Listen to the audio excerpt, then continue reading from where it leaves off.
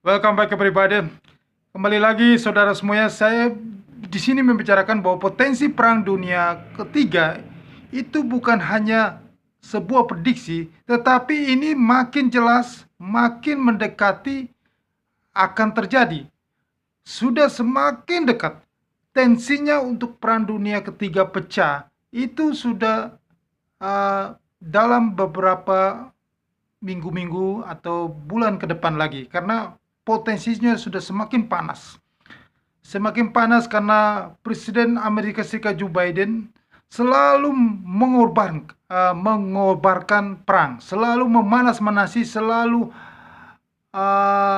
memberikan bantuan-bantuan terus, ya.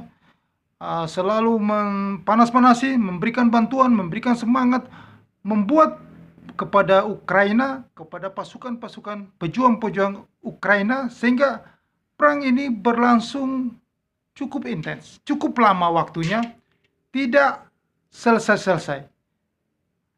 Memang perang ini memang sengaja dibuat juga oleh Presiden Rusia Vladimir Putin dengan mengulur waktu yang cukup lama. Jadi perang ini yang berlangsung mulai tanggal 24 Februari 2022 itu sudah membuat 5 juta warga Ukraina itu mengungsi ke beberapa negara di Eropa. Di Polandia, di Rumania, dekat-dekat semua Eropa. Dan membuat Eropa itu harus bersusah payah, semua negara Eropa, untuk memberi makan, memberi perlindungan ekonomi, keamanan, ya, memberi makan setiap hari untuk pengungsi-pengungsi dari Ukraina yang begitu banyak jumlah pengungsi, memberi tempat tinggal, dan ini membutuhkan biaya yang cukup besar, yang membuat negara Eropa semakin terpuruk ekonominya, membuat harga-harga barang itu semakin melambung, inflasi yang cukup tinggi. Nah, beberapa hari lalu, ya, nah hari kemarin, ya, Presiden Rusia begitu dengan emosinya, begitu panasnya, dia membuat pernyataan dalam pidatonya. Saya bacakan pidatonya, yang begitu memberikan suatu peringatan kepada Presiden Joe Biden, karena pada hari yang sama juga Presiden Joe Biden membuat suatu aksi yang membuat Presiden Rusia Vladimir Putin cukup panas di sini, ya. Pidatonya saya bacakan, yaitu, jika seseorang berniat untuk campur tangan dalam peristiwa yang sedang berlangsung dari luar dan menciptakan ancaman strategis bagi Rusia yang tidak dapat kami terima, bagi kami Rusia, mereka harus tahu bahwa serangan balasan kami akan secepat kilat. Kami memiliki semua alat untuk hal ini. Hal-hal yang tidak dapat dibanggakan orang lain sekarang, dan kami tidak akan menyombongkan diri. Kami akan menggunakannya jika perlu. Dan saya ingin semua orang tahu itu. Ya. Jadi itulah pidato dari Vladimir Putin, ya, Presiden Rusia.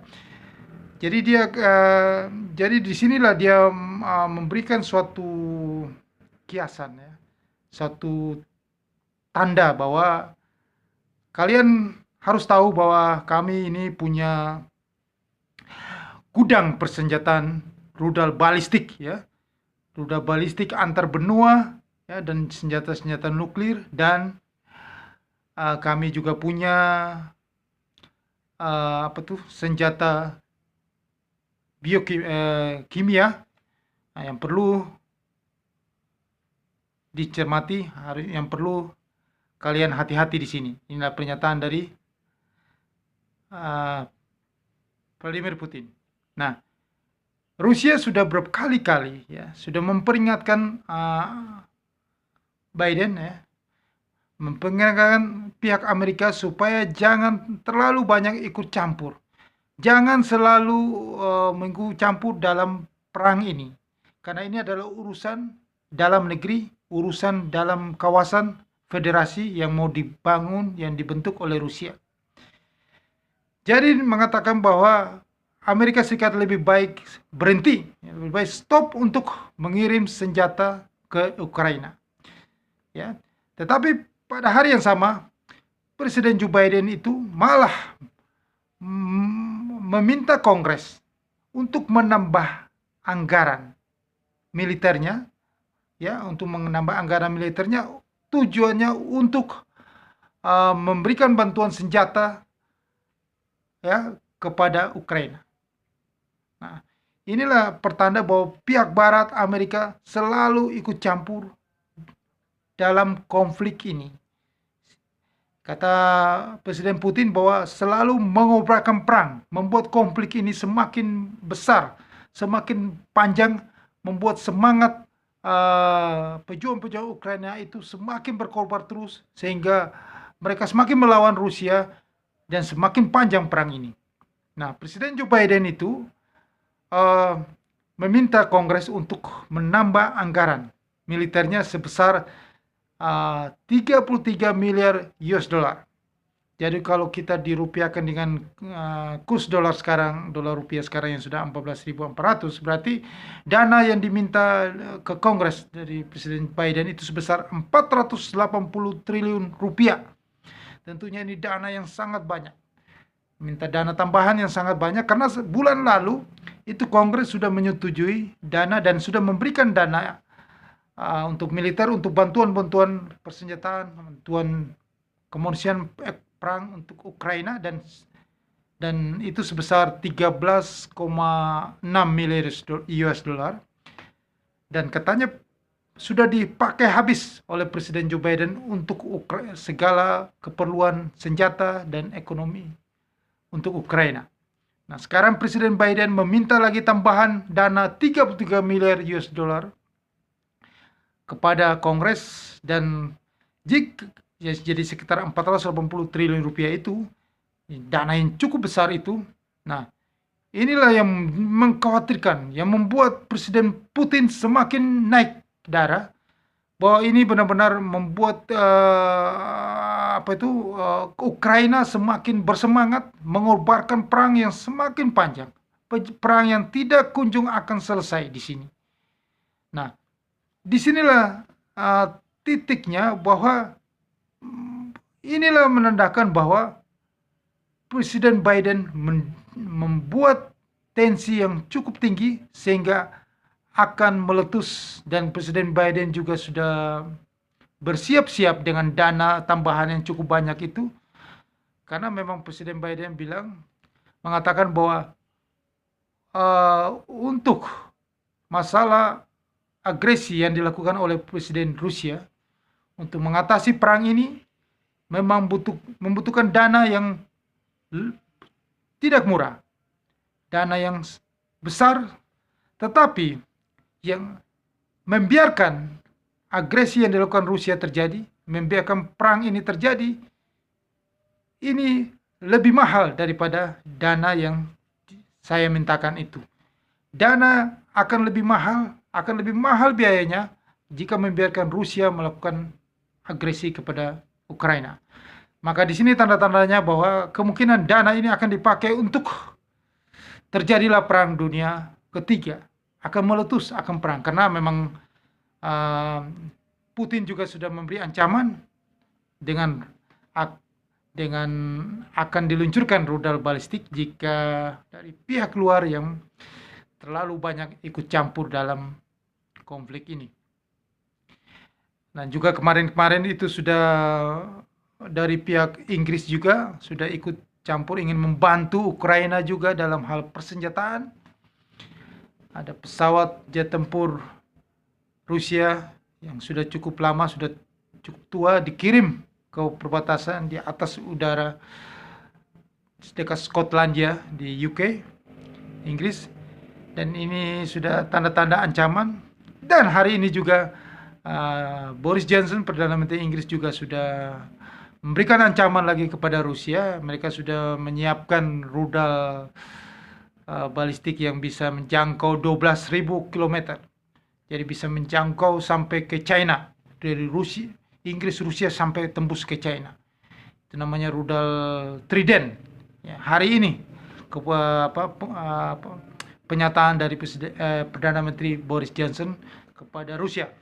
Jadi ini situasinya sudah cukup panas ya antara Amerika dan Rusia dan Inggris juga dan Rusia. Jadi memang makin jelas bahwa Perang Dunia Ketiga itu sudah tidak akan lama lagi.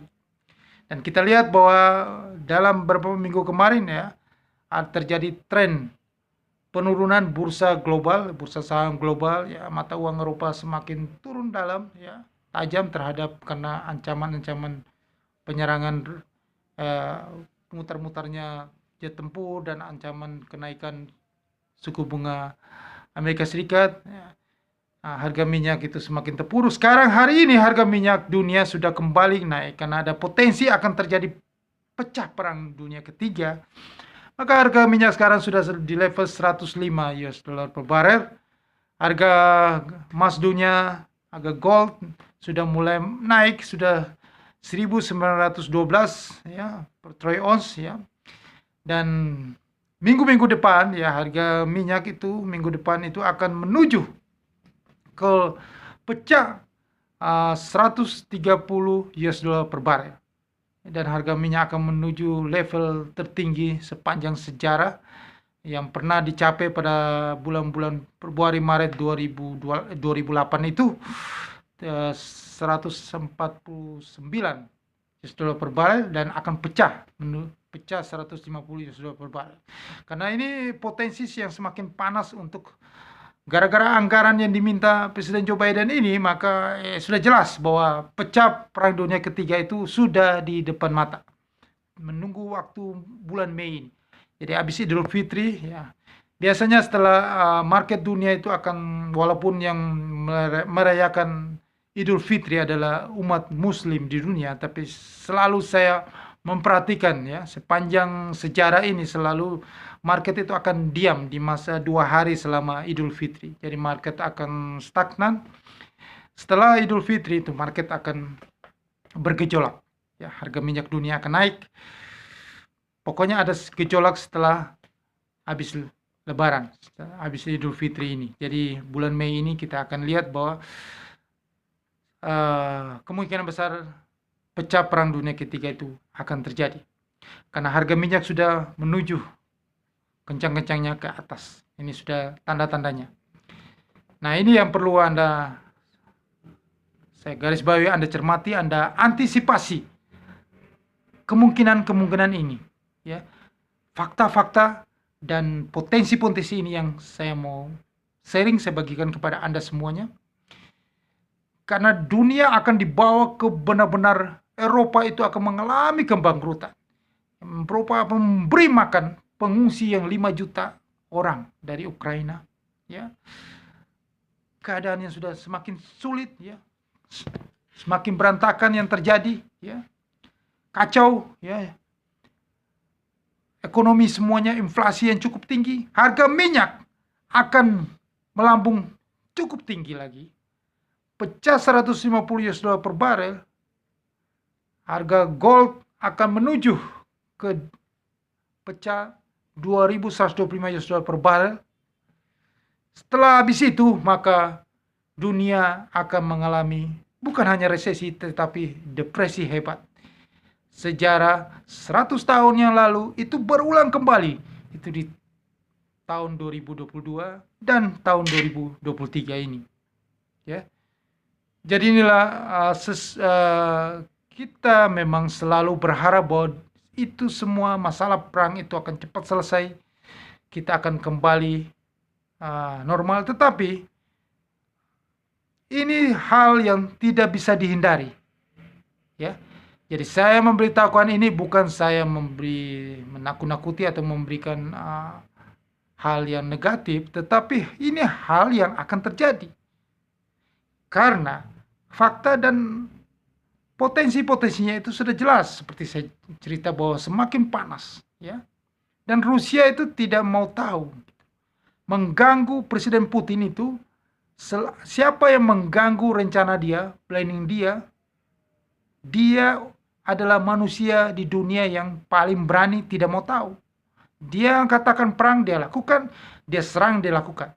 Siapapun juga. Dan dia sudah dari pernyataan yang pertama tadi mengatakan bahwa kemungkinan besar dialah yang paling unggul dalam persenjataan nuklir, ya, senjata kimia dan lain-lain itu yang sudah disebutkan itu, rudal-rudal balistik antar benua, segala macam. Jadi Anda bersiaplah untuk menghadapi potensi buruk yang akan terjadi minggu-minggu ke depan ini, ya.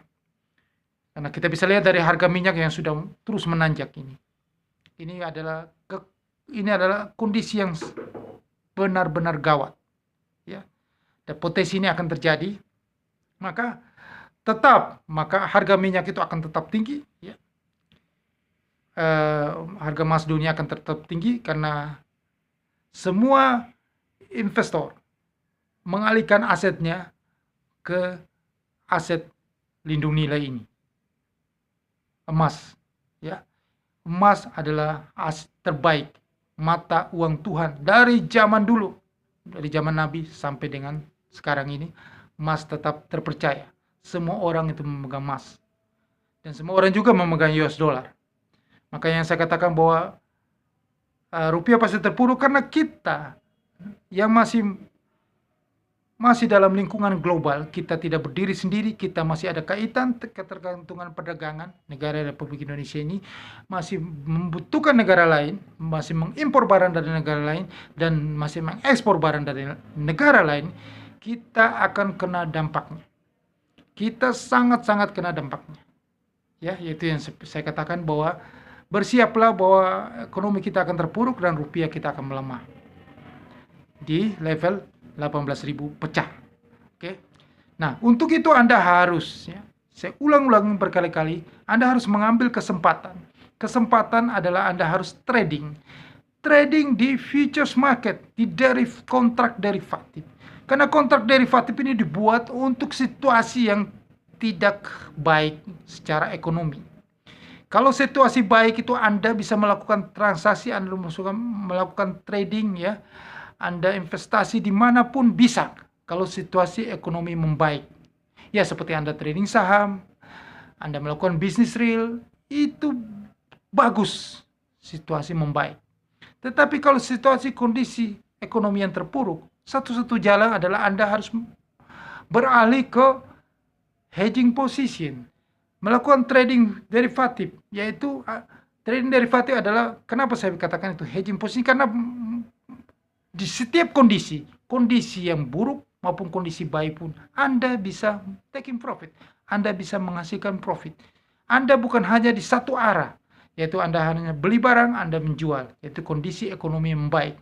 Tetapi Anda bisa melakukan transaksi jika kondisi ekonomi yang buruk, seperti saat-saat ini dan saat-saat nanti. Nah, untuk lebih jelas dan detailnya, supaya jangan panjang lebar terlalu banyak ini, nanti Anda tidak akan menonton konten video ini sampai selesai. Karena saya bukan orang terkenal, pasti Anda tidak senang menonton cukup lama. Maka untuk lebih baiknya, saya sudah sertakan email di sini. Bagi Anda yang ingin mengetahui lebih detail tentang futures trading, apa itu lahan basah yang terbaik di kondisi ekonomi yang memburuk ini, Anda email saya jelasin lebih detail semuanya kepada Anda. Ya. Dan juga saya juga sertakan link broker yang bekerja sama dengan konten ini. Jadi Anda yang sudah tahu tentang futures trading, trading forex, indeks saham, gold, oil, mata uang, currency, dan lain-lain, Anda boleh bergabung di sini. Ada link broker di bawah ini. Karena link ini anggota Bursa Berjangka Jakarta dan izin dari Bapepti. Oke, sekian informasi saya ini. Semoga ini semua bermanfaat bagi Anda. Dan jangan lupa Anda subscribe channel YouTube ini, dan Anda bantu tekan loncengnya supaya Anda bisa dapatkan notifikasi dari video-video konten-konten saya berikutnya. Dan jangan lupa Anda sebarkan kepada semua orang supaya mereka juga mendapatkan manfaat yang sama seperti Anda. Dan saya doakan semoga apa yang Anda ikuti dari konten ini, Anda selalu diberkati oleh Allah yang Maha Kuasa. Apapun yang Anda kerjakan pasti berhasil. Sukses untuk Anda.